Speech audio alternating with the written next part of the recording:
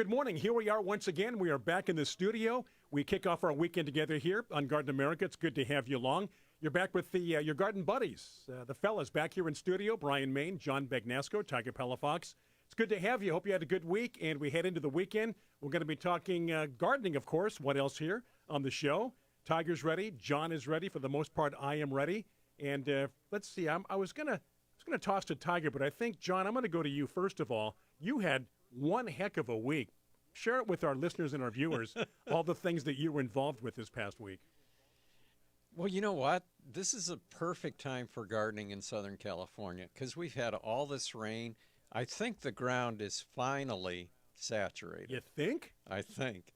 I mean, we had such a long drought that the first rains we had, you could dig down with a shovel like 6 inches. It was still dry. Right. Yeah. But now you can go down as far as you want. And the weeds are so easy to pull that I was able to plant 30 roses last week. Yeah, no, the ground makes it a lot easier to garden, for sure. Yeah. Now, because you are on a new build and they cut and, fill dirt and all of that kind of stuff, your back area that kind of looks out over the canyon, do you have any standing water in that soil? No, all the standing water's up on the pad. Is okay. Right. All the area you're going to work with. Yeah, is horrible. Okay, nothing. Water lilies could grow there, but the home was built in an old avocado grove, right? Right. So once you go down, the dirt there is fantastic. It's to become beautiful. Yet another avocado grove in the future. Yeah. Well, I do have 6 avocados that have to go back in. How many do you have to have before it's officially a grove? I think you have to have 5. Okay. I've got 6. Yes, see, it's a grove. You're back to the grove. Are you planting them in the same area or just off to one No, side? I think I'm going to ask Tiger's advice on a lot of this, but I think I'm going to put them here and there. I like there. Do you? Yeah. Here's okay, but there, I've had the most success with there. Well, I think in the front of our guest house, between the guest house and the chicken coop is a hill. And I'm thinking 3 spaced across there, because right now there's nothing much on that hillside. Yeah. And you want avocados on a hillside. Yeah, How deep do you bury the avocado tree? You bury it like a tomato? You plant half the stem? This is like the shallow root system question. Oh, well, that has nothing to do with how deep you plant it. That's just the way it grows, right? Yeah. Okay. Now, back to kind of like the standing water. This is something that we don't see here in San Diego too much because, like we were saying, we usually don't get enough rain. It rains, it absorbs, it goes away.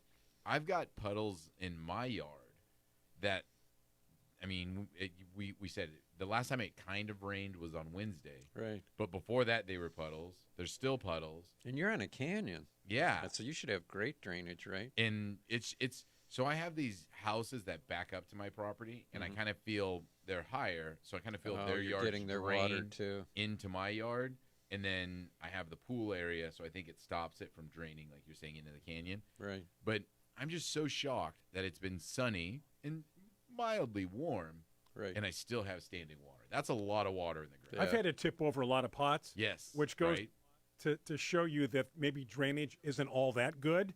But with the excessive rain, it can't drain as fast as it fills up. So I'm turning pots over, after every rain. Yeah. So this is kind of new ground for us. But, we were talking about it last week, too, and how rainwater is a little bit different than normal, just city water. It but won't hurt it as much, right? Well, not as much. It's got the oxygen in it, so Right. you're not going to get root rot. Yeah. For if it goes away soon, I have a triangle palm in the low area where it is a bog. And I'm like, if it doesn't go away soon, that can start rotting out, and I get worried about that. Okay, so here's my weekly question to both of you. When's it going to rain again? we don't have anything in the forecast for Nothing, a couple huh? weeks. Right, not for a while. Tiger just mentioned triangle palm, Neodipsis dacarii. Yep. And I think the first major book on palms was McCulloch's Palms of the World, and then there was a supplement to that. But in that book, which I'm trying to think when it came out, might have been in the 70s, but it talks about the triangle palm, Neodipsis, and it says it's extremely rare, and there are 3 known specimens in the United States. Yeah, I and remember you mentioned and that they're in before. Hawaii. Yeah. And now you can go to Home Depot and Oh, buy they're all everywhere. you want. They're everywhere. Yeah. Yeah, and they're beautiful and they're compact. Right. You know, so I mean, they're great palms. No, I like them, and they're drought tolerant, right? Yeah. That's They, why I'm worried about it sitting in the bog. Right, right. They look like, or they're called triangle palms because where the crown shaft would be, where the leaves attach, you have a palm trunk, and then that area there forms a triangle. Yeah. And so you have these very distinct 3. So, I mean, for a queen palm or a king palm, where the fronds, which would kind of look like they come out randomly, these have very distinct, like one frond here, one frond there, one Right. frond in the back. And so when placing it, it makes it kind of nice because you know what you're going to get in the sense of the face of the tree. Oh, so if you want to turn it a certain way, It'll go like a V. right. Or if you turn it another way, it'll be more like you got a branch coming straight out at you, and then the other ones go to the side. So whatever look you want, yeah, you know, toward the street, toward the house. yeah. So you can have it where there will never be a frond going into a wall, right? Because it has kind of like a triangle Take a shape. picture. A lot of people, I think, now want to see this. I'd love to see it. All right. That's great. Yeah. Take a picture or find one on Google. It's the only plant I know of that you have to use the Pythagorean theorem on when you go to plant it. Is that right? That sounds complicated. No, it's just simply that the hypotenuse is the square of the sum of the other 2 sides. Well, that's easy. Sum of the square of the other Duh. 2 sides. Right. Duh. That's easy. Yeah. That's easy. We talked about that, I think, off the air, right? Yes. A couple weeks ago. Right. Right. Right after we talked about the Dewey Decimal System. That's I right. think those two in the same conversation. That's right. That the old Seinfeld reference, the Dewey Decimal System was the biggest Scam. in the history of libraries. I guess, was it San Jose? Tanya says that says good morning from sunny but frosty San Jose. I told yeah. you when I came to work this morning, the temperature at my house was 39 degrees. Yeah, it was 42 when I woke so up. far, no frost Yeah. at my house, but Are we just That's wimpy, complaining Southern Californians? yeah, yes, we are. yeah. Our listeners in cold parts of the world or cold parts of the country would love 42. Yeah, just You know, they say 42 is our daytime high. yeah. They go out in shorts and flip flops at 42. Yeah, of course. But I think so. Now would be a good time to remind people when frost damages on your plants occurs, what to do, and definitely not overreact. Right? I mean, a lot of people will go out, see frost damage, maybe water, fertilize, trim it off, try to make it fix. But we're just starting February, which for us in Southern California is one of our coldest months. Yep. And so there's still more frost to come. And so, don't freak out right now. Just What did we used What to you use, might John? do is prepare for it before Right. you get it. that would be the better joke. And then you won't have to freak out. Well, Yeah. we had a product several years ago that we would use, Freeze proof. freeze proof. But it's not on the market anymore. No, it's not. Is that stuff that they used to de-ice planes with? Probably. Kind of. It was developed by, we had him on the show. It was a professor was it the University of Alabama? Yes, it was actually. That's Do you good remember memory. we had him on Yep. the show? Mhm. And he developed a product that would actually, you could spray on a tomato. Mhm. And, if it goes below 32 degrees in a tomato, it's it's dead, You're right? dead, yeah. And you could spray it on a tomato, and temperature could go down to 28 degrees, and it Wow. would still be fine. Mhm. Wow. And he developed it originally for the fruit, so you could spray the fruit, and you could still pick it later, that you wouldn't lose the fruit. Why isn't? You grow a third ear, but it's cool. Yeah, but it's okay. so great idea, but nobody else has picked up on this and developed their own, or this is something that I would think that people would want. It goes back to kind of like the preventative gardening. Mm-hmm. In order for it to Right. work, you have to be a preventative gardener, which means you have Proactive, to know the get weather, ahead of the you have to game. know what's going to happen, Yeah. you have to get out there, you have to apply it. I think most people in the industry are reactive. They do something after the fact. It reminds them that they are a gardener and they have to go out there and pick fruit, trim this, do that, because something made them think about that. Right. It happened, and then they reacted. Yeah. We're getting a lot of weather comments on Facebook. If you're gardening on the edge, though. Yeah, you have to be a preventative gardener. Yeah. You have to. You have to. If you have tropicals, something special in the ground, maybe a mango in kind of a cold area, if you went through and sprayed it.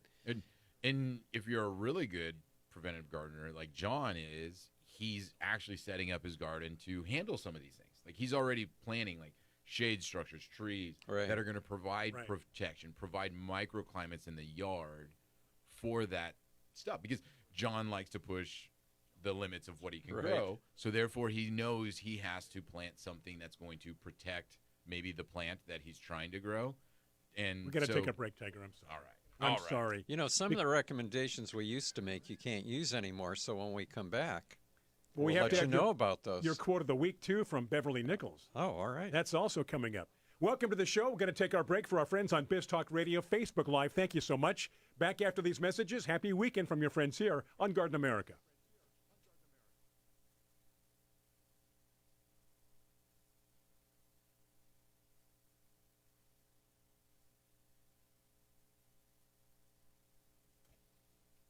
We are back from that break. Thank you for those tuning in on Biz Talk Radio each and every weekend. We thank you so much for your support. And those on Facebook Live, questions, comments, those who tune in each and every Saturday as well, we thank you. We're going to continue our conversation, which we were doing just before the break, but John's got the quote of the week. And then, again, no guest today, so you've got us for the foreseeable future. So whatever direction you want to take the show with your questions, your comments, feel free to do so. John? Yeah, you mentioned it was from one of our favorite garden writers, Beverly Nichols. Right, one of yours. Yeah, definitely one of mine. If you can get any of his books, because some have been reprinted, you'll be reading along. And they're gardening books, right? And you just start laughing out loud. He's just got that British sense of humor. And he said that, but in the long run, when you've abided by some rules and quite rightly broken others, you will have learned the greatest lesson of all. Love makes things grow the greenest. You could just say that. Love makes things grow the greenest. It's true. And omit everything prior. Beverly Nichols, you're a big fan of Beverly Nichols. How many guys do you know with that name, Beverly? The only other one I ever heard of was George Beverly Shea. Well, that's a middle name, right? Yeah. I want to make sure Tiger finished his thought, though, before the break. Tiger, are we good with I know you're trying to keep us on the air at the same time. Yeah, no, I mean, I was just trying to say, real proactive gardeners are already thinking about locations in their yard, their gardens, for things. And one of the best examples of that, if you do live in Southern California, is the San Diego Zoo. Because a lot of the environments that they created in Southern California, in the San Diego Zoo, the plants wouldn't live by themselves. They're microclimates. Exactly. A lot of microclimates. In the zoo. Sure, yes. So, that whole Tiger, I don't know what it's called now, but it used to be called Tiger Canyon or Tiger River. Right. But it was actually a canyon, and then they have moving water, and then they put these not attractive trees, but they knew they would do well in here, so they put these large trees up above where then they underplanted it with the tropicals. And because of the running water, because of the canyon, because it was protected, these plants that would normally never grow here in San Diego are flourishing. Yeah. But they created that. They had to create that. So, just kind of back to the idea is that, a little bit of preventative gardening, proactive gardening. Sure. That's one way that you can do it is by, doing an underplanting or protection. I was at Home Depot, and tell me what you think about this. They were selling a plant cover. Okay, it's a frost cloth, but it was black. Okay, and it was thicker than a sheet. And I was like, I don't know. I kind of feel like Not like Rime? Yeah, I mean, Rime's really light, and it's white. Right. No, it wasn't. Yeah, and black would absorb heat. It's right. It's almost like a tarp. Oh yeah. And I'm like, that's the worst thing that you can do. So that's a lot of weight on your plants, right? Well, normally when it's cold out, you're worried about rain, sure, right? So if you put a tarp over your plants, you can have breakage. Exactly. You can have all Yeah. kinds of problems. And then it's black, so or I think maybe green, but if you don't take it off the next day, and then it's sunny outside, Yep. now your Heat. plants are being damaged by heat and by lack of sunlight. I go, wow, this is probably, in my Sounds like a eyes, bad it's idea. not a good idea for No. a product. Normally a frost cloth is like Light. what John is like a white, almost just very lightweight fabric that you can simply drape over your plants. It's porous, so it breathes. If it does rain, it goes through it to some degree, so Sure. it's not heavy. Right. If you Yeah. forget to take it off the next day, it's still lightweight and breathable and light, so that way, you forget it. Plants aren't too damaging. I'd have to see that product because I can't tell, but definitely if rain doesn't go through it, it's going to be a problem. I saw, would think. I can't remember who, but mentioned hail damage on succulents, and that's a bummer too because it's just little pellet-sized wounds in the succulents, and succulents don't refoliage like a normal plant, so that takes 6 months for that damaged growth to go away. And It's it kind of a takes bummer. sometimes it takes a while to show up too. Usually on some succulents like echeverias, it shows up quickly, but others you don't see maybe until spring, and then you kind of Then wonder you don't know what happened. what happened. What kind of bugs on my plant? Yeah. Well, do you remember the hail? Do you remember the Right. cold? Yeah. Anyway, prior to that last break, Brian, I was going to mention we always used to recommend hanging a set of miniature lights in a citrus or something Right. For a little bit of heat. for a little bit of heat, just to take the edge off the frost. But you can't do that anymore because the lights that they have now, LED lights. yeah, they don't give off any heat. Nope. So if you read that recommendation anywhere you want to do it, you have to make sure it's an old set of lights. Right. Or one of the old, was it C6 bulbs or C9 bulbs? They give off heat. Yeah, the ones that if you touched them, you'd burn your hand. Yeah. They're not. They only sell them in areas of the country where they don't have safety regulations. So yeah, frost is going to be happening. I think for us. We've got people on Facebook now saying Yeah. that they've got frost. Yeah.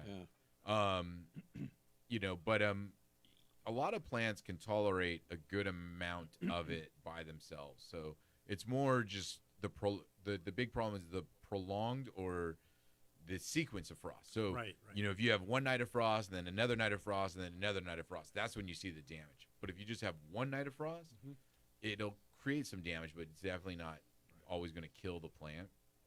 And so, be aware of that too. And it's funny because then people say, what do you do also? And turning the sprinklers on, in some areas of the yard can help with that as well at the right time in the night. So if it's going to be frost at 2 a.m., 3 a.m., if you have your sprinklers come on at 2 or 3 a.m., that actually warms the area up and then stays warm. And creates movement. Yep. As and well. Movement. Exactly. Well, if you have ice on a citrus tree or some tree when you wake up in the morning, if you hose it off, that will prevent a lot of damage. Yeah. Don't let it stay and let the sun come through it. So what you're saying is gardening requires some work. Sometimes you can Involvement. overdo it though, because on your patio you found, I think Dana really didn't like it when you would turn the smudge pot on at night. And then the Smudge pot. homeowners association Oh, gave you a lot of grief. Smudge pots. Oh, that is Do they still use those? not. I don't know. I mean, that's an expensive. That's an expensive heater nowadays, Yeah. right? Yeah. Because it's diesel, right? Don't they use diesel? I don't remember what they used to use. Back in the day, it was whale blubber or kerosene, but Whale blubber, yeah. Nowadays, I think it's diesel, and that's crazy. I wonder if there's anybody, who would know is I can't think of his name, Bear. Lance. Lance Wilhelm. Lance would know if they use Of course. smudge pots still anywhere because big citrus grower. But yeah, just the word. I remember one time my dad brought one home. We were having something and it A was smudge gonna pot? Yeah, it was Really? going to be like our heater. Oh. I was like, oh, that was bad. We got to take a break. It is break time once again. Our many fine sponsors on Biz Talk Radio. For the rest of you on Facebook, a bit quicker. So do stay with us. A lot of people chatting back and forth on Facebook, which is good, talking amongst yourselves, as they say, sharing stories of rain and frost and so on and so forth. So keep it coming. Questions, comments. We're going to take a break. Back after these messages on Biz Talk Radio.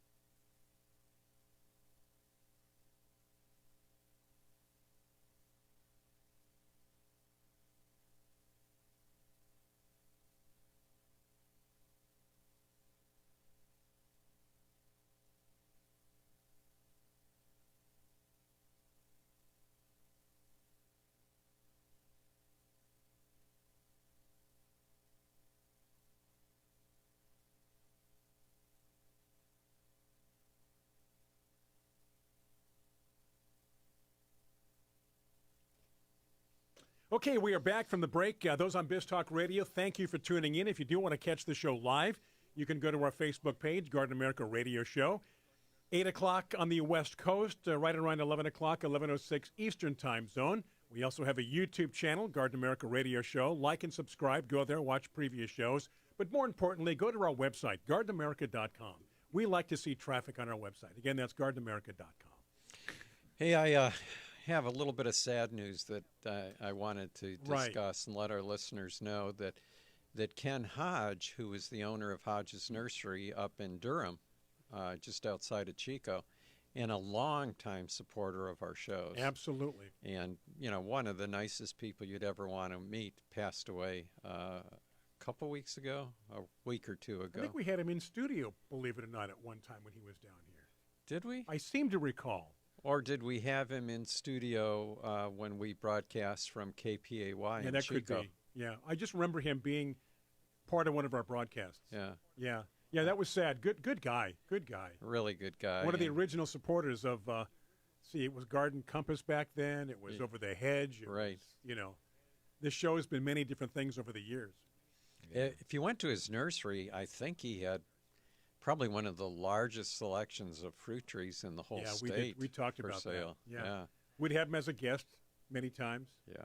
He was a great guy, and so our thoughts go out to his wife Shelley and the family, and wish you the best in the future. Did he have a newsletter? I don't know. I never. Time? He may have. I remember seeing his picture, like articles on citrus and things like that. Yeah. Not sure. Okay, so back to where we once belonged. Hey, Carolyn says she remembers smudge pots in the citrus groves in the San Fernando Valley. Yeah, and air pollution for sure. Yeah. Lisa wrote that I'm going to make my dead apple tree into a shade structure. And it's kind of funny. I chuckled when I read that because John, when I was over at his house, I was walking around a corner, and I can't remember what tree it was, but he had attempted to kill a tree, and then he planted a rose. It was a eucalyptus that eucalyptus grow fast, right? Yeah. And I just, there's so many weeds on the property, you can't get to them all. And I let this one go a little bit too long. It was maybe like 8 inches tall when I thought I need to pull it out, and I just let it go. A month later, it was probably 1.5 feet tall. Yeah.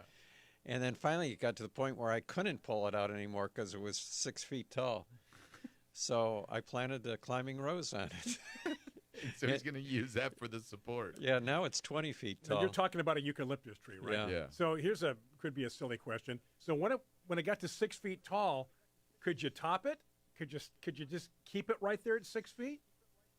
Yeah. I wonder what that would do to the tree, though. It would probably stunt something. Have you ever seen bonsai? Yeah. Yes. Have you ever seen a bonsai eucalyptus? No. Can't say that I have. Yeah. But I mean, some things you just can't There was do. a situation where you really didn't want the tree.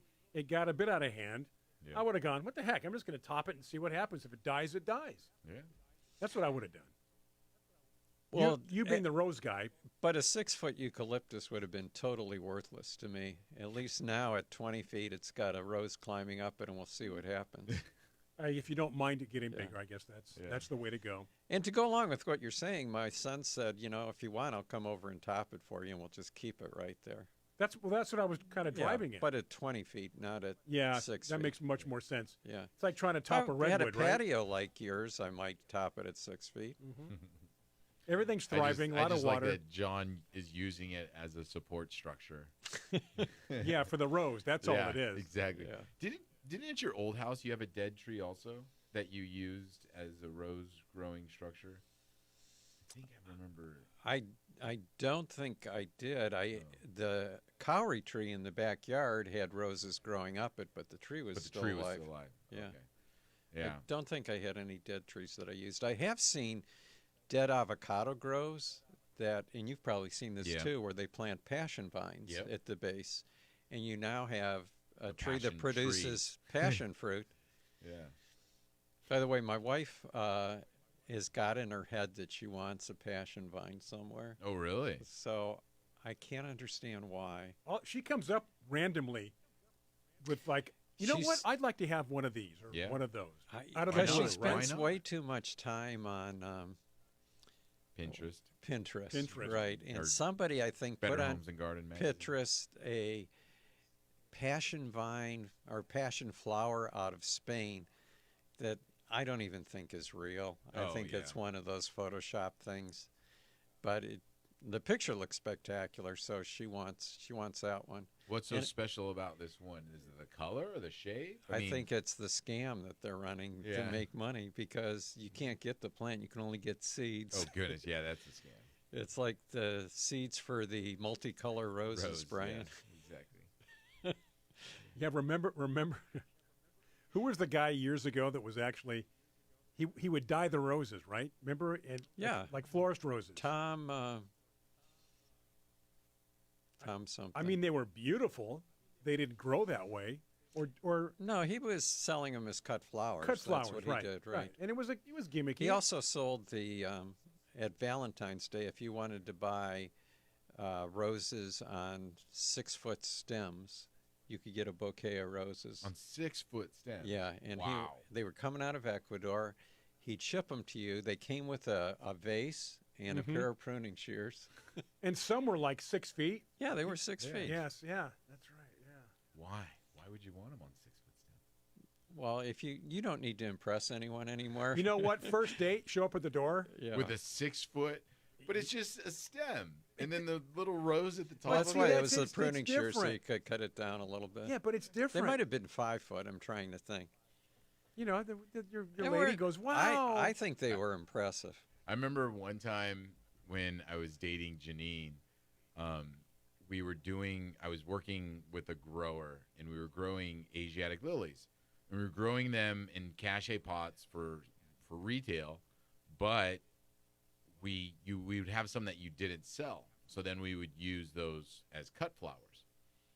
So one time I came to Janine's house with a 5-gallon paint bucket full of like stargazer lilies in full bloom and beautiful fragrance and everything. And she was like so amazed by all this.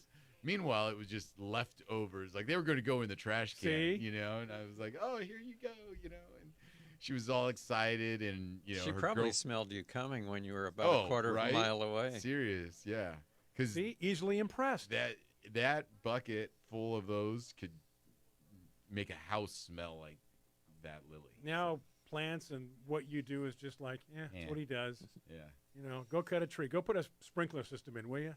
She likes it when I bring in some of the roses, though, because I have the orange juice Chrysler Imperial, and then I can't remember the new one that I have this year.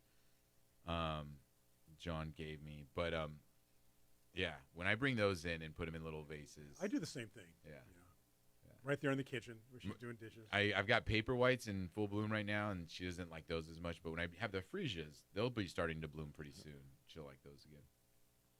Yeah. How are we doing on the comments on Facebook, John? Got a lot of comments. Yeah, we can't even keep up with them. My brother in northern Michigan says that it's 29 there now, so they're having a heat wave. Right? Exactly. I know. See, I knew we'd get these comments. I was just reading an article about how the Michigan area, the lakes are not freezing. They haven't had. They've had a warm winter. Yeah, and that's going to create a problem this year because the freezing lakes, is good for the environment for that area. That's what it's supposed to do. Right, and because the lakes haven't froze, that's a problem. Well, the ice fishermen up there having a terrible time. The mosquitoes are going to be terrible this summer. And even if it did freeze, I'd be skeptical on even walking on it. Just, Well, I heard that the price of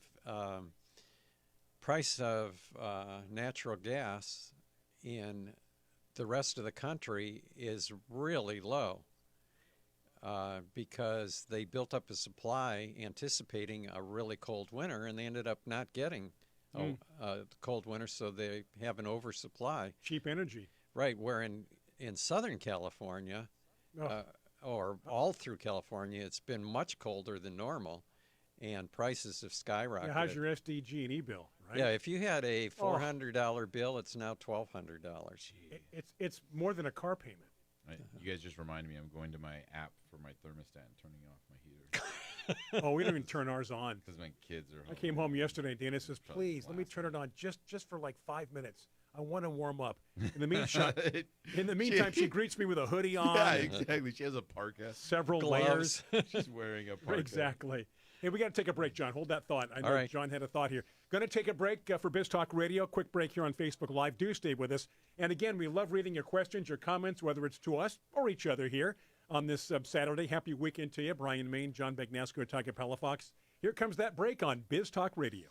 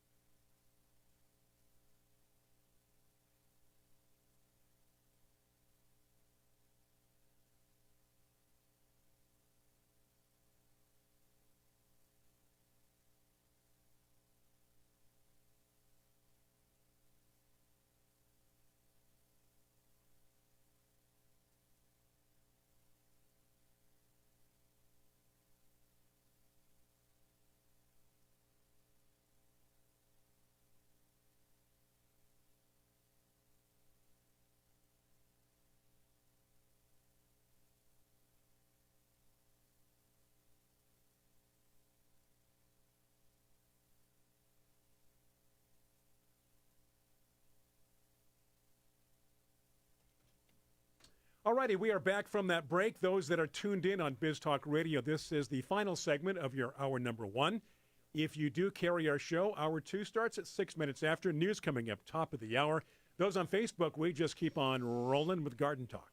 Hey, real quick, I saw Rick asked a question. Have anybody taken over for Steve Godot and doing tomato seminars and plant sales? And Tomato Mania is Probably the closest. Is the closest thing to what Steve Godot used to do. So Tomato Mania is by Scott Daig, and we've had him on the program I know almost that every name. year. Yeah, Scott, sure. And he travels through California, but he does offer some of his tomatoes online for being able to purchase them and have them shipped to you. So if you're looking for some unique varieties of tomato and plants, check into Tomato Mania, see where their events are, and if you can make it to one of those, that's probably one of the best things that you can do. Mm-hmm. If you can't, they do offer some for plant sales online. I mean, the only other thing I would say to do is what we talked about Wild Boar Farm last week, where you can buy seeds for some really unique tomatoes as well. So, I think the best selection of tomato seeds that I can think of right now would be Tomato Fest. Oh? They used to, Tomato Fest this website was named after an event that used to take place in Carmel. where it would be a tomato tasting type thing, Uh-huh. a yearly event. And I think the event was in August. I mean, if you have to have Somewhat, a tasting, right. you got to have it late, and then you don't have the plant. So it probably was seed based. Mm-hmm. Yeah, but the event I think was in August, and there was a point I was going to make, and now that you interrupted my thought, I can't think of what it was. It'll come back to you. It The best might. thing is not to harp on it. It'll come back. All right. Um, Pruning roses. Did you see Dell's question? Pruning roses and some canes had brown centers. What should be done? Oh, Brown centers? they were dead. Were the canes dead? Yeah, it just says pruning, and some canes had brown centers. Would that indicate dead? I mean, not necessarily. no, but Diane up in was Diane in Nampa, Idaho. I was visiting her last year, and she was just beginning to prune her roses, so it must have been June. Okay. No, it was May though, and they had a really cold spring, and she was having quite a few roses that had that in the center, and I don't know what caused it, but it didn't harm the roses. So it just depends. If there's a hole in the center, that's from a rose cane borer. But just that brown color, I don't think will hurt the roses. I think it can be cold damage, which is what I think hers was, because it was really cold, and some of those roses may have been on a rootstock that didn't like the cold, like Fortuniana. Okay. Canes were not dead, he says. good. Yeah, Well, that's maybe, good. Okay, yeah. I think they'll be okay. There was Carla mentioned in the newsletter that Beth from Los Molinos had sent in a picture of the rose called Eloquence, and she really liked that particular rose. So a good reason to sign up for the newsletter, right? You can see all those things. But You're you have to- welcome to send in pictures. You have to go to our website to sign up for the newsletter, You do. gardenamerica.com. And Right. You get, how many pictures do you get a week, do you think? Oh, More than his A plethora? little laptop can handle. 2, 3. At least, right? So, yeah, send your pictures to Never John. too many. I try to post every one. If I get too many, I just pick what I think is the best. Sure. But we do like them from all over the country and all Right. over the world, right? Yeah, anybody not living in the United States who's living or not living, Yeah, who's listening to us right now? Our- Yes, we want you to be living. Our listeners in Pakistan, we'd love to have some Yes, pictures from there. absolutely. Just send the pictures to John, John, at gardenamerica.com. Right, and it'll show up in our newsletter. Yeah, if you can, and you're so inclined, do subscribe to the newsletter. Comes every Friday morning, bright and early. Yeah. Articles, pictures. It keeps you up to date on what's happening in the world of gardening. And John does a great job. Very proud of that newsletter, Tiger. Yeah, as he should be. It's a great newsletter. You know, it's I like, again, the little history lessons that he Of puts in everything, there right. sometimes. Back in 'Cause 1816. It's really interesting to find out where some of these things that we take for granted kind of came from and Sure. how they came about, or the sequence of events that led them to us today. And it's kind of fun to be able to kind of You're see that talking background. about the Did You Know sections? Yep, I like the Did You exactly. Know. Can you put that link on there on our Facebook, Yes, I can. Garden America? I just finished watching. I'm trying to think. Shannon was watching something. Oh, I know what it was. She was watching The Aviator. And she's seen it before. I've seen it before, but it was towards the end. And I think might have made a insensitive comment like, "Do we have to watch this?" Is this the Howard Hughes movie? Yeah. With, what's his name? Leonardo Right. DiCaprio, right? Right. So she said, "Oh, I don't care. You can turn it off." And I go, "Oh, I'll watch the end, and then if you let me watch the last Quest for the Rose on YouTube." So you came in toward the end of this movie? Towards the end of the Okay, movie. so there's no build-up, really. No. So she said, "Yeah, you go ahead and watch it." So the reason I bring it up is that for years I tried to get a DVD to play, but they didn't have it in a format for U.S. DVD players, and now nobody uses DVD players anyway. But all three three installments of Quest for the Rose are on YouTube. So if you want to see that, you can find a history of the rose, and most of this takes place in California. Oh, really? So it's really interesting. Roger Phillips and Martin Ricks are English authors that wrote books on roses, and they're in England. So some of this is in England also, but they came out to California, and they have Ralph Moore in there, who owns Sequoia Nursery and bred plants up until he was 100. Wow. And the reason I bring it up is because as we were watching it, there was she lives up in the LA area, I think north of LA, maybe. I'm not sure the exact area.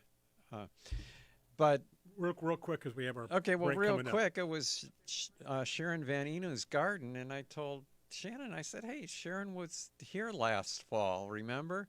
She came to look at our roses. I had no idea she was there. in She there. is. Yeah, and there were a lot of interesting people in there. Our buddy Keith Zeri was in there. Wow. The who's who. Yeah, Quest for the Roses on YouTube. All righty, going to take a break. News coming up top of the hour for you on Biz Talk Radio. We're coming right back here on Facebook Live. For those on Biz Talk Radio, we are back at 6 minutes after. Keep us tuned right here. This is Garden America.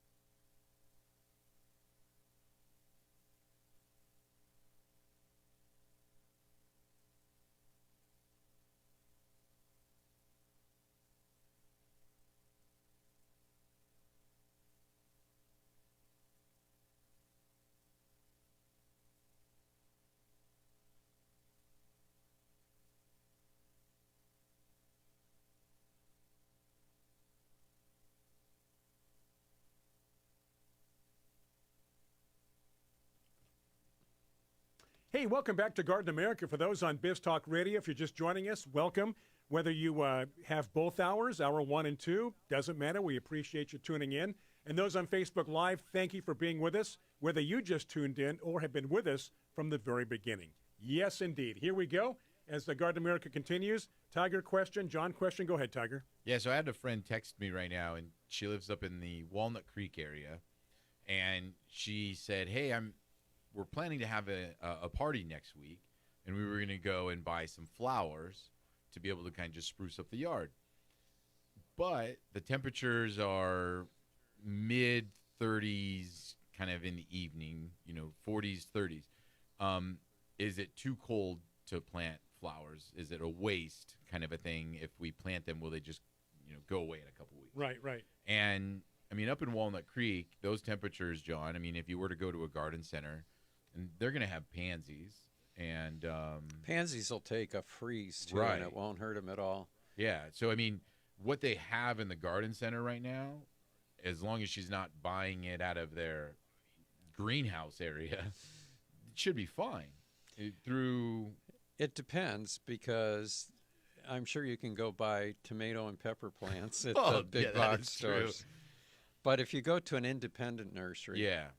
and there's still a lot of independent nurseries up in the Bay Area. Yeah. So I would check those out.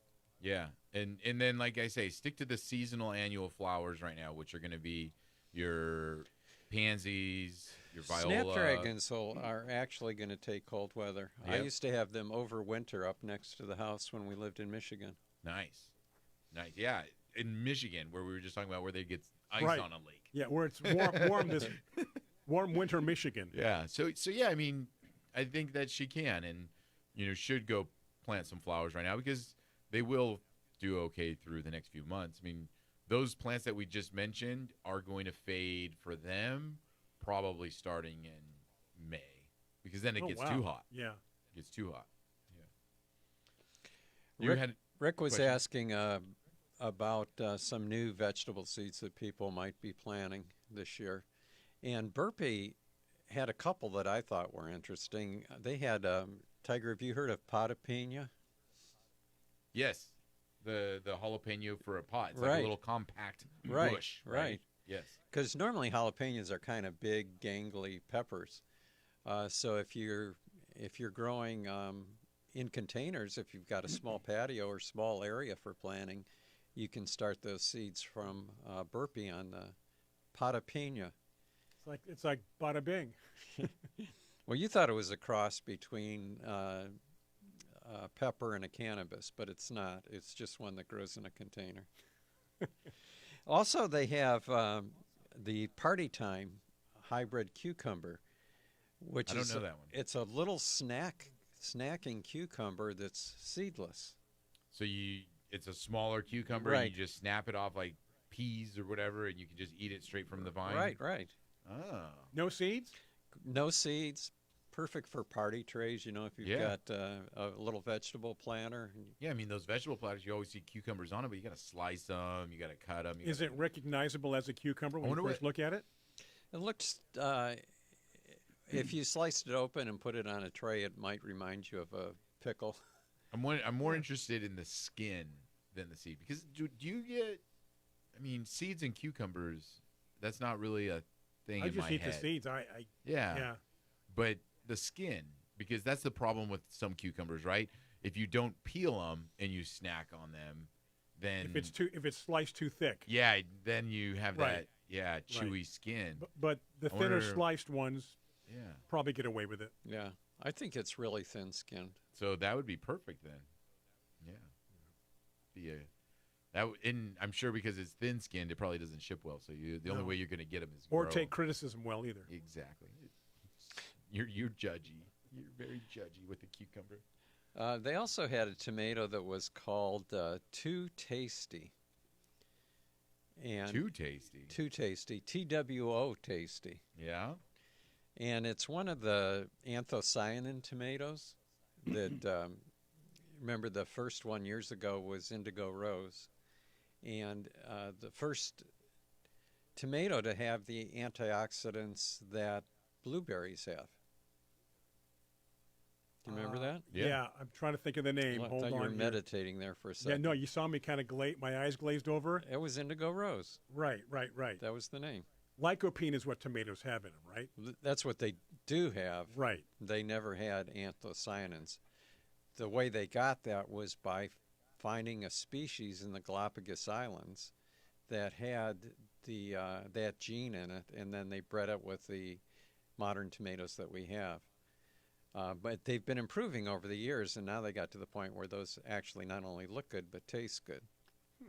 So Too Tasty is kind of a combination of the sweet tomatoes with the tomatoes that have lycopene in it. So it's tasty and healthy. There you go. Yep. That's a good thing. Isaac loves blueberries, my son. So Good for him. He can just scarf down handfuls of blueberries, which is awesome because blueberries are really good for you. Yep. But he likes to try different things. So last night we were going someplace and That's we were, unusual for someone his age. yeah, Liking to try new things. Yeah. And I was at the grocery store and I was like, hey, grab a juice, while we're here to take it because we were going to a house or something like that. I needed a drink. And he was like, oh, I want pomegranate juice. And I was like, ooh, have you had pomegranate juice before? And he's like, no. And he's like, I've had pomegranates. I'm like, okay, juice is a little bit different. I go, why don't we get the small one? Yeah. And then why don't you grab another juice that you know you're going to like? Uh-huh. And so he grabs them, get in the car. I go, all right, try it. And he tries it. He goes, yeah, not so much. Yeah. Pomegranate juice is different. But It's you know what, different. though? Good for him for trying. Oh, yeah. Keep yeah. trying everything. And you Yeah. know what else, too? He may like it later on in life. True. Because how many things did we eventually like? I never Yeah. liked sauerkraut as a kid. It was horrible. Yeah, I kind of like sauerkraut now. Yeah. Broccoli when I was a kid? No way. Now I like broccoli. Asparagus, Brussels sprouts, spinach. I love a good spinach dish. I really do. Not a salad. Like a cooked You like spinach. cooked spinach? Yeah. Yeah. I like it. Yeah. not so much for Brian still. No, I'm just looking at when John's quiet for like over a minute when we're talking, I get a little worried. Yeah. Because his, Well, I have his so many mind is things I racing. want to say. I'm trying to think what is really worth saying. I know. He's And got you the guys say filter going. something, and then another one comes in, and like I could tell you about my wife's broccoli casserole. That sounds yum. good. That sounds It's amazing. with Velveeta cheese and Ooh. broccoli and Ritz Oh. crackers, and I love cream of broccoli soup. So, So we're anything not talking cheesy health broccoli necessarily. Oh, so good. The I don't broccoli's know about healthy. that. But I wanted to mention Super good. because you were talking about Isaac eating different things, and my daughter is pretty health conscious with her kids. She tries to keep sugars away from them, Right. and Yeah. I mean they always get it anyway. But Best you can. make sure they have good juices. Not with So anyway, when we were visiting before Christmas, we were out there, and I forget where we went, but I think I might have gotten a Diet Coke. Well, my daughter doesn't let her kids drink Coke, right? Yeah. Probably for good reason. Oh, absolutely. But my grandson, Kyle, said that he wanted a Diet Coke. And Gina said, no, you're not having that. You can have this. So he got whatever he was supposed to have. And then he said that he wanted to taste my Diet Coke. Yeah. So I let him take a sip. And then pretty soon he was grabbing it and drinking it. Oh, goodness. You And- liked it? And and Gina goes, Kyle, don't drink that. He goes, I love Diet Coke. That with kids it can work out either way because Isaac does love colas, Coke, Pepsi, Dr. Oh, Pepper. yeah. Well, of course. Yeah. But my daughter Tasia, she does not like sodas at all, but it's for a different reason. She has a very, very distinct palate, and she doesn't like anything with carbonation. Oh, Soda okay. water, Coke, No carbonation. anything Right. that's Yeah, carbonated, sure. she just doesn't enjoy. So she stays away from all of those just naturally because she doesn't enjoy any of that stuff. It's very interesting. Got to take a break here on Garden America. Yeah, that's who we are. Those on Facebook Live, chit-chatting back and forth with us and each other. That's always good. Those on Biz Talk Radio, going to take a break. And after the break, we are back with more of Garden America.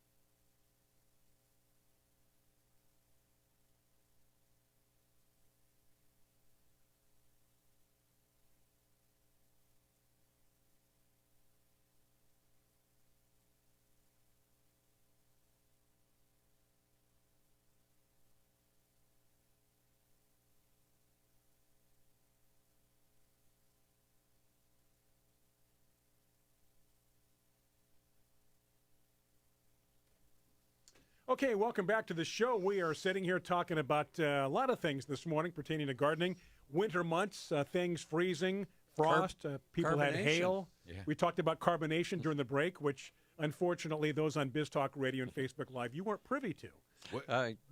Gina says that Kendall doesn't like carbonated sodas either. That's funny. Yeah. That's funny, right? You know, you go to Europe, you remember? Yeah. Water. Water. Yeah, a lot of people drink carbonated water there. Yeah. Yeah, I don't. Sparkling waters. And I don't get that. You don't see it as much here. No. But over no. there, they always ask you, do Ask you want it with gas or no? Right. Exactly. Yeah, carbonated water, nah. Nah, give me straight water. When plant and soda is said, what comes to your mind as far as a soda? Plant and soda. Yeah. Hanson's. Yeah. I Root beer. I just think. root beer. sarsaparilla, Oh, right? sarsaparilla. Yeah. What are you, an old cowboy? Yeah. Or what was Dr. Pepper made with? Well, Dr. Pepper originally was made with cane sugar. Well, no, but I thought there was another plant that was in Dr. Pepper, like a I root. don't know. The sarsaparilla comes from the sassafras tree. Right. That's why you're And- thinking. And they yeah. use the roots. Right. The roots But of the sassafras yeah. tree. Um, Or used to. I'm sure that now it's fake. Hey, Rick wants to know if anybody grows ground cherries. Yeah. And You gave me a plant. yeah, 2 years not the back. ground cherry. It was called Oh, the yeah, that's Cape right. gooseberry, That's right? right. It's the Absolutely. same thing, kind of like a husk cherry, but a bush form of it. And you said they were coming up from seed, right? Yeah. The plant that you gave me originally died, Right. but then I've had volunteers come up after it. Right. Yes. And they're pretty good. Do your kids like those? Yeah. Do they? Yeah. No, they're I like them, and it's a good little plant too. As far as Yeah. I like the way it grows and what it looks like. Yeah. Those seeds came from Baker Creek. If anyone's interested, you can go to the Baker Creek website. I think it's rareseeds.com. But anyway, they call it Cape gooseberry. Mm-hmm. So you could maybe look for that. But ground cherries are nice, a good sweet, not a true cherry, more of a husk tomato, right? Yep. But good flavor. All right, let's see. Dr. Pepper has prune juice in it. Prune. That's you know what what? That is right. Yeah. Marguerite, thank you. Hmm. Yeah. Kevin says that lima beans were always a favorite of mine. Lima beans. Huh? Yeah, he liked the starchiness of it. But nowadays, it's edamame. Now, edamame I can eat. Lima beans, not really a They're fan. similar, though. Yeah, they are similar. Yeah. But lima beans you don't ever eat like that, right? No, Yeah. I've never seen them that way. Yeah. I wonder if you could do that with a lima bean. Just boil it and then I think that's something that's really big down south, right? lima beans? Yeah. I don't know. I don't know. Growing Yeah. up, we never had lima beans. It just tastes different, obviously. The small ones they use they call them butter beans, Yeah. which I guess lima beans just with butter. Yeah. Maybe it's the I consistency was that I going don't through like. I was cleaning out the tablet, and I was just thinking we had a guest on before, and it's on the tablet. But remember that bean, that kind of like heirloom bean grower company that we had on, and they had all kinds of unique beans that they would sell, and I mean they're more like a chili bean, that kind of a bean, Mhm. like a pinto bean, but they were very Oh yeah, unique heirloom Yeah, varieties that right. had all kinds of different yeah, a lot of dry beans. dry beans and stuff like that. And I was like, we should have them on again because it was kind of interesting. Yeah. It was at the time when people were super into food and people were kind of focusing on that heirloom. People aren't so food. much into food these days, though. Well, but I mean, they were just buying everything. Yeah, back, right, yeah. You know, COVID with. That was probably last summer we had him on, I think, right? I think it was even longer. Longer than that? Yeah.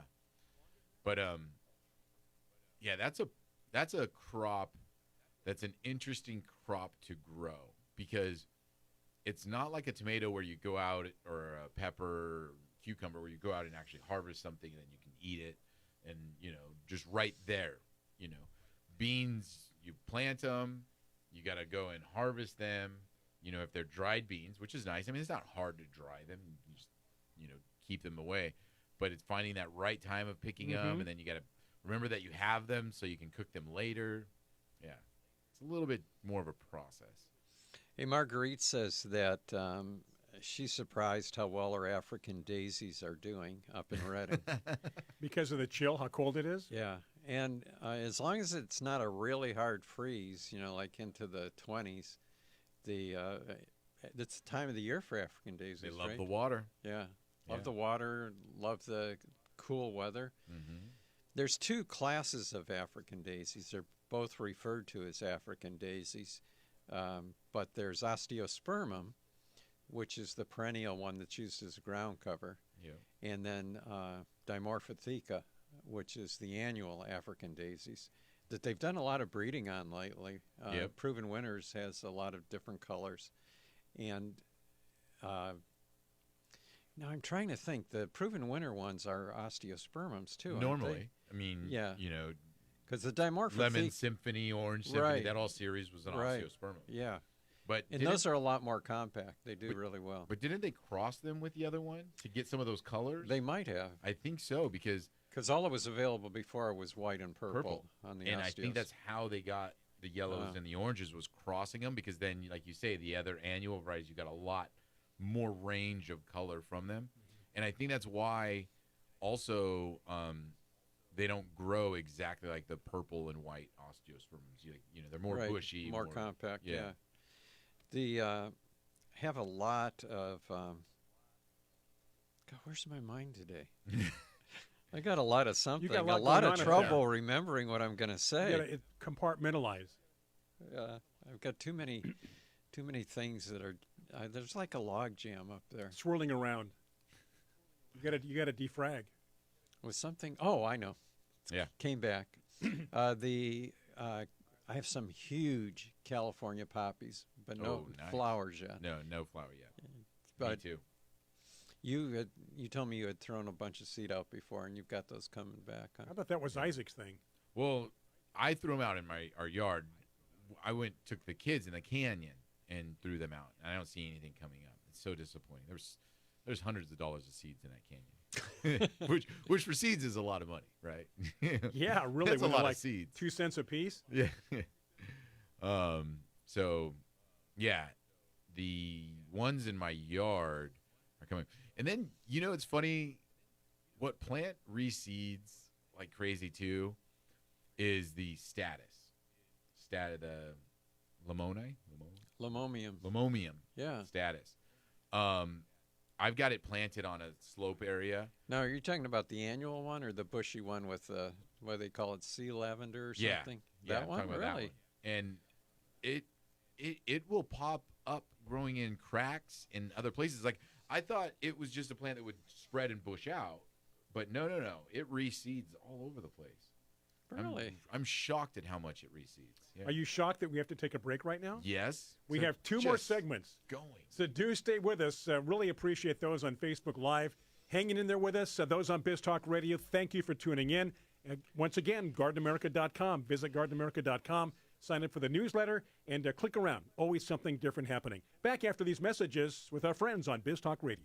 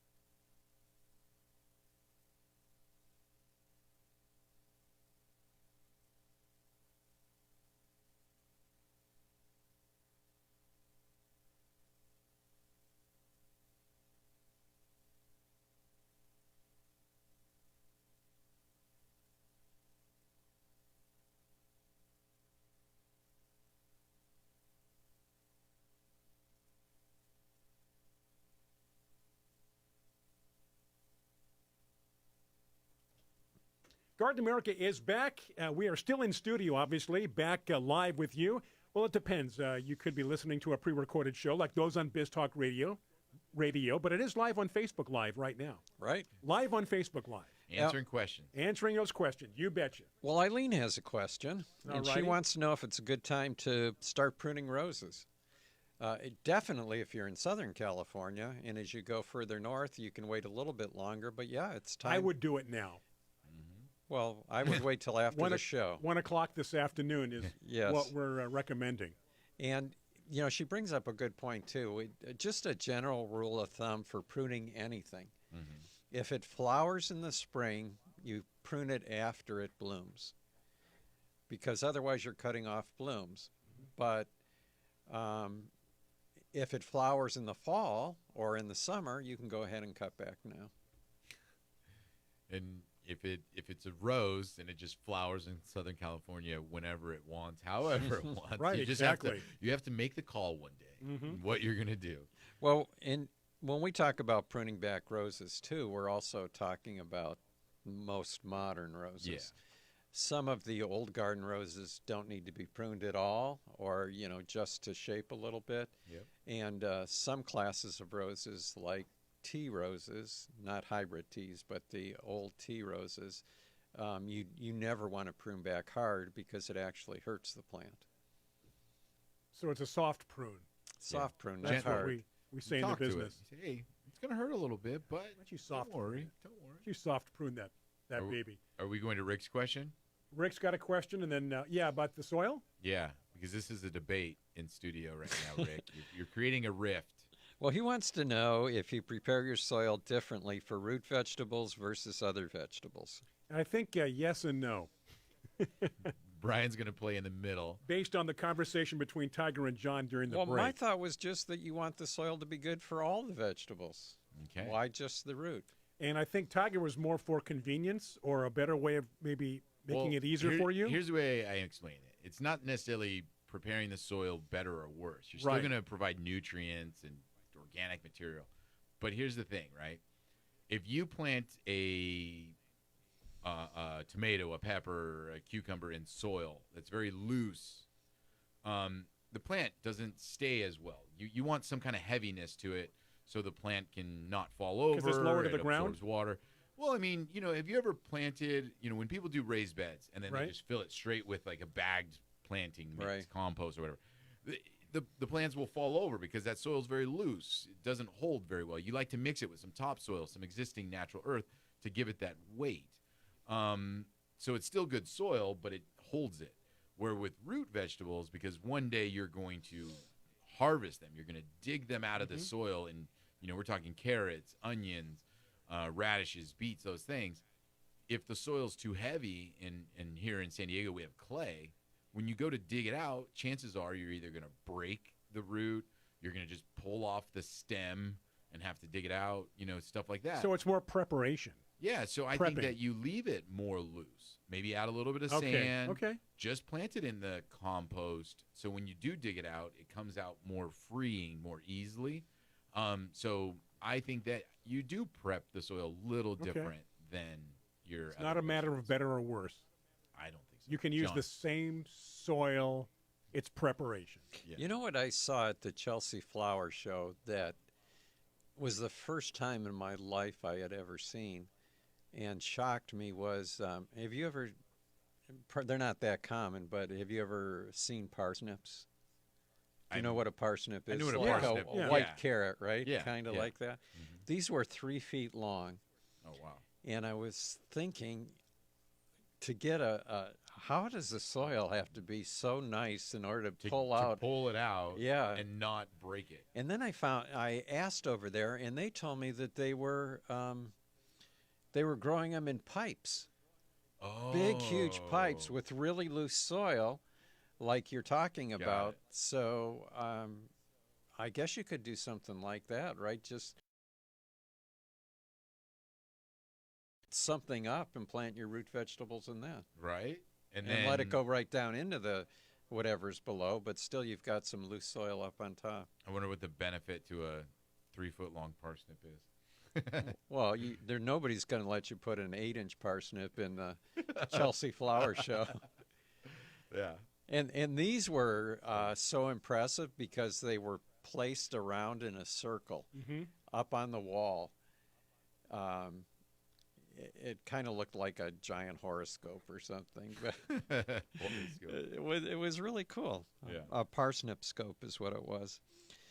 Carla wants to know the best way to prune polyanthas in miniatures, roses. Yeah. Chris Greenwood used to say that he pruned his with a lawnmower, which I think is really not a good idea. Probably not. But the point is that you can go ahead with just hedge clippers, really, either hand hedge clippers or electric hedge clippers, and just prune them back a little. The best way to prune them is the way you would prune a hybrid tea to an outward-facing leaf. But with a hybrid tea, you might have to make 5 or 6 cuts and the bush is done. Yeah. On a miniature rose, you might have to make 50 or 60 Yeah. to get it just right. And it's Exactly. not worth it. like Sharon Asakawa used to say, "Mendok sai," Too much trouble. too much trouble, right? Mendoc Sai. It's funny how we remember that. Mendoc Sai, too much trouble. Now, with the polyantha and the miniature, because they don't get the diseases as much, right? As some of the other ones for the airflow. Like, you're not as worried for that airflow. Well, you're not as worried, but they do get diseases, I feel, in the same proportion. Oh, do they? Yeah. Okay. And But- maybe even more so because of just what I was- you're saying. I was going to say, they because you have don't print it airflow. out the inside. You'd think. And they grow lower to the ground, too, usually, Right. which means that, you got that humidity coming up from the Right. soil, and the dampness is close proximity. There are a few polyanthas that are once blooming, and that the same recommendation would hold true that we gave for other spring blooming plants is wait until after they're done blooming before you prune those back.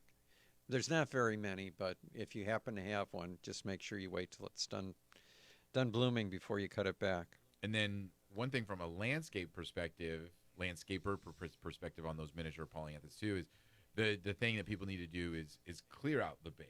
I found that because the foliage, the flowers, they just drop and it's just like a bush. And if people don't clear out the base every once in a while, it just builds up. And It's like with a little shrub rake. Yeah, exactly. Just because it's nice to keep that base part of the plant, like we were talking about disease and stuff.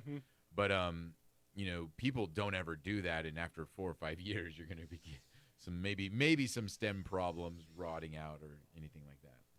Dell wants to know if you should, after you prune your roses, if you should spray. I don't. I mean, I don't, but that doesn't mean you should or shouldn't, right, John? Well, the reason you would spray if you really wanted to, and people who show roses, want to keep them as disease free as possible. So if you spray with lime sulfur, which is a dormant spray, afterwards you can eliminate a lot of potential diseases. But I've grown thousands of roses during my life and never sprayed after I prune them. But it's up to you. How much big deal about cleaning up all the dead leaves either. Right. I mean, the ones that are easy, like you're saying, if you have a shrub rake, you can rake them up. If they're in a pot, you can turn the pot upside down and let them fall out. It's so funny because months ago I had that problem with all these leaves accumulating in my rose pots. And I'm like, I can't even get in there to get these out. I'm going to cut my hand. It's not enough room. John goes, just turn the pot upside down. Bingo. So simple, right? It's funny though because John, for thousands of roses for 20 years, he didn't turn the pot upside down. No. Just the things you learn. Exactly. When you need to. Yeah. I wanted to mention if you're in Southern California that, and you can go on website to find out locations, but the Pacific Rose Society is having an auction on, what did you say was February 4th, Tiger? Is that the Saturday? Yes. Okay, so February 4th. And the reason I bring that up, Brian, is if you want me to bid on any roses for you, I will do it. And the reason I bring that up is because one of the roses in their auction is George Burns. Yeah. Ooh. Go for it. Okay. How do you think it's going to go for a lot of money because it's rare now? No. First of all, at the Pacific auction, everything is usually a bargain. Okay. And I don't. Absolutely. George Burns is not a rose that shows, so I don't think the exhibitors are going to. Okay, we're going to take a break. We have one more segment. We might come back and talk a little bit more about George Burns, but we'll see. Back after these messages for our good friends on Biz Talk Radio.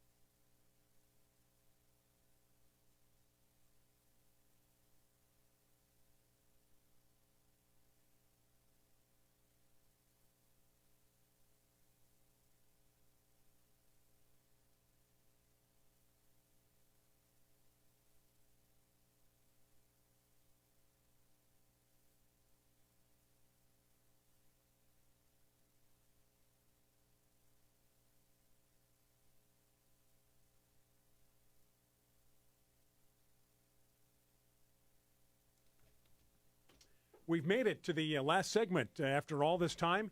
Here we are on Garden America. Thank you for tuning in. Trying to get to as many questions and comments as we can, so keep them coming right there on Facebook. The audio is good, so you can still hear us. All is well. And, John, you should let me know how much money or how far we should go as far as bidding on that George Burns rose. What's it worth to you, Brian? $50. I think you would get it for that. I mean, get it as cheap as possible. But I mean, I'm thinking that's kind of the price range, I think. Yeah. And maybe maybe somebody goes, what's the big deal? I just like the coloration. yeah. Well, and you were a big fan of his comedy, right? Absolutely. Oh, yeah. Do you think he would have been as funny without Gracie No, Allen? and he recognized that because when they first got started, he was the funny man, and she was supposed to play the straight woman or whatever, right? Mhm. And he quickly realized that they were laughing at her more than him, so he switched it around. Very smart. He says, you know what? You're going to get all the lines. You're going to be the ditty one, and I'll just feed you the lines and be the straight man.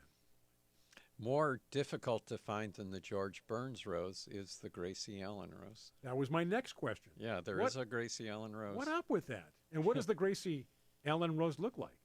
It's Because I know George Burns has a pink rose. coloration. Yeah, George Burns is striped. Right, stripe rose. Hey, Tanya in San Jose had the obvious idea that we should have mentioned is that you want to clean up some leaves, Blow it underneath. get a blower. Yeah, just Just blow blow it it into away. somebody else's property, right? Well, Although I see these, or all into one location on your property. I see these guys out there, these landscapers blowing leaves. I'm like, where are you blowing that to? I don't see a bag anywhere. You're just kind of blowing it away from that area. But it looks clean where it is. It does look. I used to have a blower, electric blower. I used it for a month and don't really need it. Yeah, not for you. I got a little overzealous. You probably, that is the thing, right? Landscapers need to learn the difference when to use it and when not to use it. Because, as you mentioned, if they're doing it well, they should be blowing everything to an area, Right. then they go and pick it Pick it up. But a lot of times they're just blowing to blow, and they could probably do the work that they did with a broom and a little pan quicker than what they're doing with blowing, because you just pick up a few things and then you're Right. done. And so blowing should have more of a purpose, and I think people should use a broom and There should be more. an end result and thought given to why you're blowing and where you're blowing it. Yeah. Darlene needs help. Uh-oh. She says that she's in Oroville in Northern California. She's got clay soil, and she wants to know after all this rain if she should turn her drip system on now. She said, or should she wait a bit? She says her clay doesn't drain. Yeah. So even after all this rain, Yeah. or did she have rain? Yeah, She had rain. Yeah, Still oh, a they lot. had- Northern They California, had yeah. plenty of rain. They had a Yeah. lot of rain up there. That soil is probably super saturated Yeah, right now. I would definitely. If it was me, I wouldn't turn it on. Not at all. Probably not for a month or two. Because, yeah, I mean, that's just it. Is when people are working with heavy, dense soil like clay, sometimes that first 3 to 4 inches of soil will dry out, and they'll think, oh, I better turn on my irrigation and turn on my water. But if they dig down 6-8 inches, that clay is still very well saturated, which then you go into the overwatering problem, as we mentioned. Right. So and it's encouraging. I mean, let the plant develop those roots and grow into what it has down there. So stress it out a little bit. Don't be afraid. And it's not hot right now. I mean, February, March, we might be getting warm in March, April, different parts of California, but there's nothing the plant is doing in February. I was at a client's house, and she was like, hey, when I planted this passion vine, it took off. It grew so fast. Mm-hmm. We planted this one, last month, and it hasn't done anything. And I was like, oh, well, when did you plant the first one? And she's like, oh, last year in the spring. I'm like, well, there you There go. you go. I mean, it was the prime growing time of year for that passion vine. This one here, you won't see growth until April because it's freezing for a passion vine right now in Right. February. Here's what Carla says about blowers. So true with the blowers. Neighbor's gardener blows all the debris into our property. Yeah. Yeah, I've seen it. It's like, yeah, it's not on our property anymore. Yeah, You done. deal with it. Job done. I would get a blower and blow it right back. Hey, I don't know. I don't have any neighbors that Yeah, I you're have just to gonna worry you're about. good. You're just gonna blow it down to the lower house. We got a couple of minutes. Just All right. letting you know time-wise on this segment. And things Hey, have gone dark, but the audio is there. Audio was good. We've had a lot of people asking about buying roses, and or I should say about pruning roses and how to grow them. But now's a great time to buy them, right? Oh yeah, yeah. They're freshly in from bare root growers. Good breast selection you'll probably see all year long anywhere. Yeah, and for planting it, it's the perfect time to. Yeah. A Plant lot of roses. If you need to move a rose, Yeah. Now's the time? or even a smaller fruit tree, now's the time. While they're still dormant.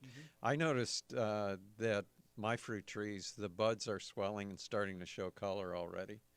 The peaches and nectarines are the first to come out and do that. So go ahead.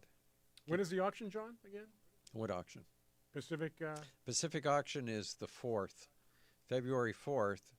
So you can give me your money next week, or you can just pay me when I. You bid and pay, then I'll know how much to give you. There you go. Hey, I got it for $25. Okay, here's $25. It's not like I trust you give me 50. I go there and say, "Hey, guess what? You got it for 50." Yeah, or the old buyer's fee. Yeah. Hey, there's a buyer's fee in this. So there's just one rose, right? That's it. One. I have to. Their auction is. I'm not sure if it's on Facebook. If you can see what it is that they have, they couldn't do see not anything. ship, so you have to actually be there. Okay, I think that's going to do it, guys. We'll be back. Is it next week? We have 1 week. We're going to be taking off. Have we decided that yet? No, we have Okay. not. But we are back next week, right? I think so. Okay. Yeah. If not, you will certainly be notified on Facebook. Yes. So that's going to do it for the entire crew. I think Now, you should go door to door and tell people if we're not going to do it. I've considered that. Have them send you their address. Sure. Take a little trip up and down the coast Sure. and thereabouts. For the entire crew, Tiger Palafox, John Bagnasco, I'm Brian Main. Thank you for tuning in. We'll do it again next week. Enjoy the rest of your weekend. Have a safe week because, after all, it is Garden America. So get out there and get growing. Take care.